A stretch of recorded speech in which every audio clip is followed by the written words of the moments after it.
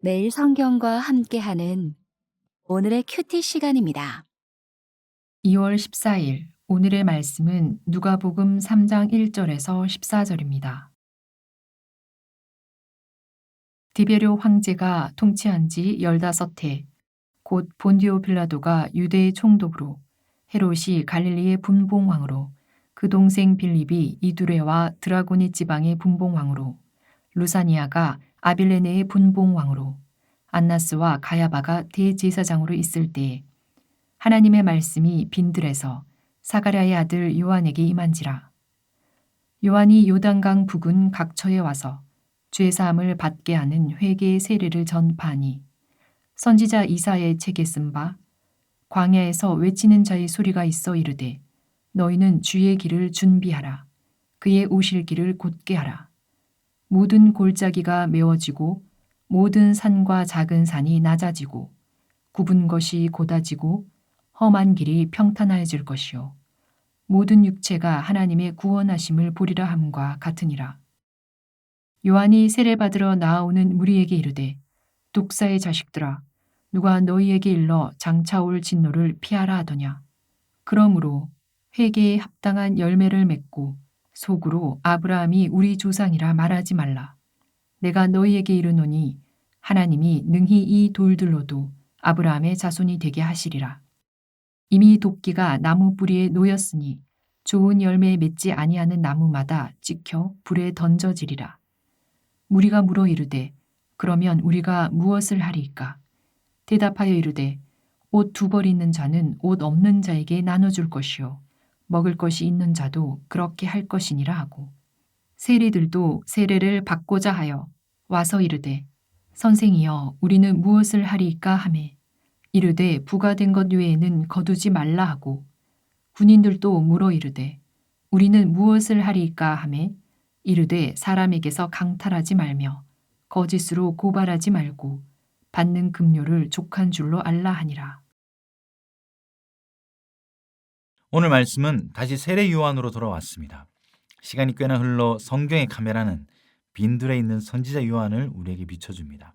본문은 세례 요한이 어떤 사역을 했는지, 어떤 메시지를 전했는지, 그리고 그 메시지에 대한 사람들의 반응과 그에 대한 요한의 가르침으로 요약될 수 있습니다. 오늘 보면 1절에서 2절은 연대에 대한 정보가 나열됩니다. 당시의 임명과 지명을 통해 정치 지형을 설명하는 것처럼 보이기도 합니다. 황제의 통치로 시작해서 유대의 총독이 등장하고 이스라엘 정치의 주요한 인물들인 지역 왕들도 연달아 등장합니다. 뿐만 아니라 종교 권력의 핵심 인물들까지 소개하기 이릅니다. 그 끝에 누가는 하나님의 말씀이 빈들에서 사가랴의 아들 요한에게 임했다라고 이야기를 시작합니다. 이야기를 시작하면서 소개하는 주요 권력자들과 종교인들의 나열은 얼핏 보면 연대에 대한 소개처럼 보이지만 누가의 의도는 좀 더 신학적입니다. 이 목록들은 당시 힘없는 사람들에게 탄압과 포갑의 대명사들로 여겨졌을 겁니다. 디베로는 무자비한 황제였고 이미 신으로 숭배되고 있었습니다. 헤롯 왕가는 로마처럼 지지 기반이 강하지 않았기에 공포와 탄압으로 다스렸습니다. 대중저항이 산발적으로 일어났다가 무자비하게 진압당하기 일쑤였습니다. 이런 일들의 종교 엘리트들은 권력자들의 편에 동조하거나 방관할 뿐이었습니다. 지금 이대로는 안 된다는 것을 모두가 알았습니다. 하지만 어떻게 이 상황을 뚫어야 할지 대답할 수 있는 사람은 없었습니다. 백성들은 폭발 직전이거나 영적 목마름에 허기진 상태입니다.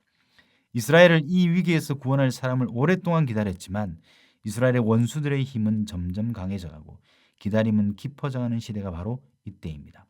흔히 말하는 메시아에 대한 열망이 극에 달한 시기, 2절의 때는 바로 그러한 때를 의미하는 것이고 드디어 하나님의 말씀이 그때에 임한 것입니다. 말씀이 임한 곳은 빈들이었고 말씀이 임한 사람은 광야의 사람 사가랴의 아들 요한입니다. 앞서 나열된 세상의 권세자들과 완벽하게 대조되는 인물이 있다면 광야의 사람 요한일 것입니다. 오늘 본문의 권세자들, 통치자들의 목록은 그래서 단순히 연대와 역사에 대한 이야기가 아닙니다. 하나님의 때에 대한 이야기이고 하나님의 방식에 대한 이야기입니다.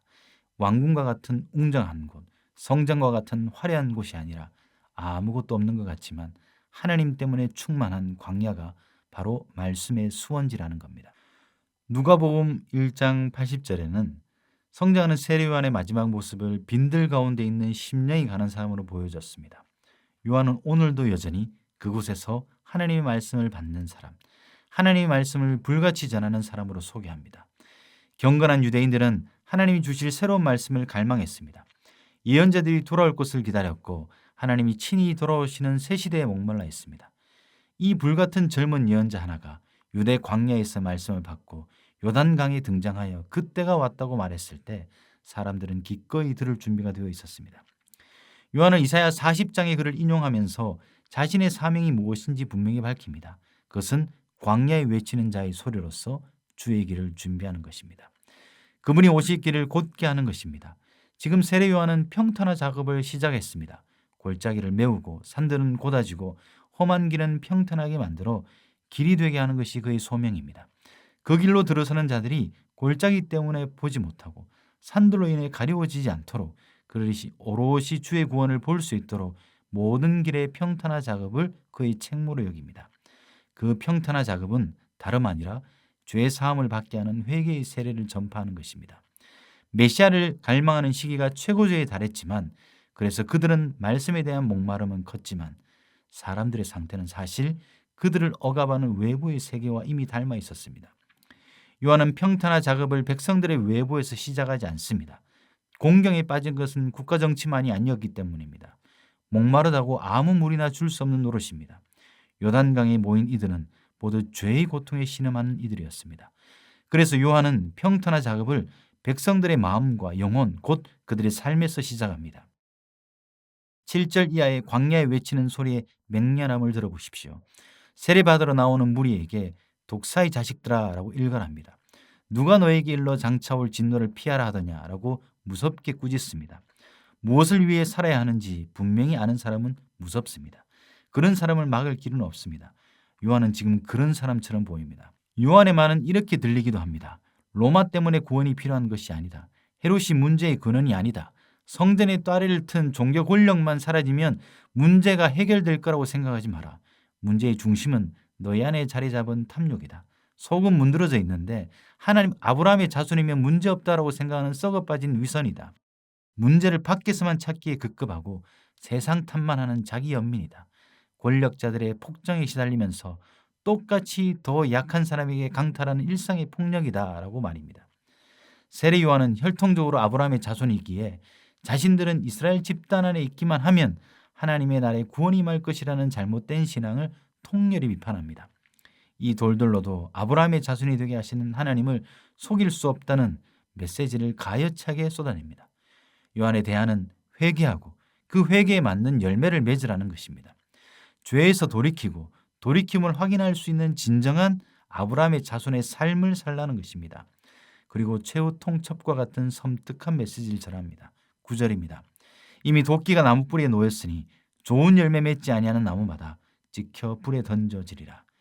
지금 요단 강가에 나온 이들은 그래도 말씀이 기갈한 때에 하나님의 말씀이 임한 선지자의 말을 듣기를 원해서 나온 이들입니다. 이들은 새 시대를 기대하고 기꺼이 하나님이 자신들을 원수들의 손에서 구원하실 것을 기대하는 마음으로 나왔습니다. 그런데 그들의 면전에다가 던지는 세례 요한의 불같은 설교는 듣는 이들을 더 위축되게 할까 염려가 될 정도입니다. 이러다간 이들마저도 다음 주 요단강 예배에 아무도 나오지 않을까 걱정이 됩니다. 그런데 백성들의 반응이 의외입니다. 그들이 이 메시지에 반응하기 시작합니다. 그러면 우리가 무엇을 하리이까? 라고 그들은 진심으로 말씀에 반응한 것처럼 보입니다. 이 질문에 요한은 옷 두 벌 있는 자는 없는 자들에게 나누어 주라고 명쾌하게 답합니다.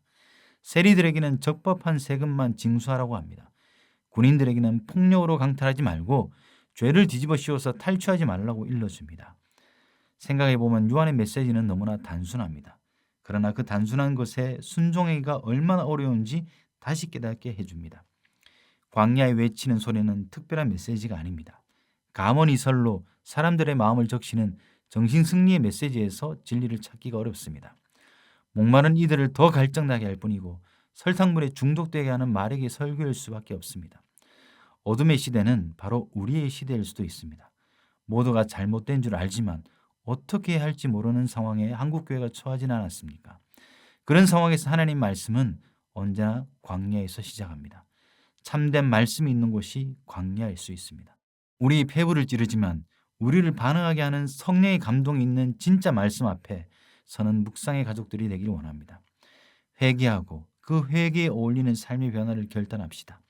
그 결단들은 더 가진 자들에게, 세리에게, 군인들에게 구체적으로 주어진 것처럼 우리 삶에서 구체적으로 결단하는 오늘 하루가 되면 좋겠습니다. 기도하겠습니다. 주님, 참된 말씀의 기가를 경험하는 시대를 살아갑니다. 세상의 힘에서 출구를 찾고 화려한 예배당에서 피안을 구하는 것이 아니라 광야에서 외치는 주의 음성을 듣게 해주십시오. 그 음성을 들은 모든 묵상의 가족들이 회개의 반응이 일어나도록 도와주십시오. 그 회개의 열매가 우리 삶의 중심에서 먼저 일어나는 부흥의 역사를 소망합니다. 예수 그리스도의 이름으로 기도드립니다. 아멘.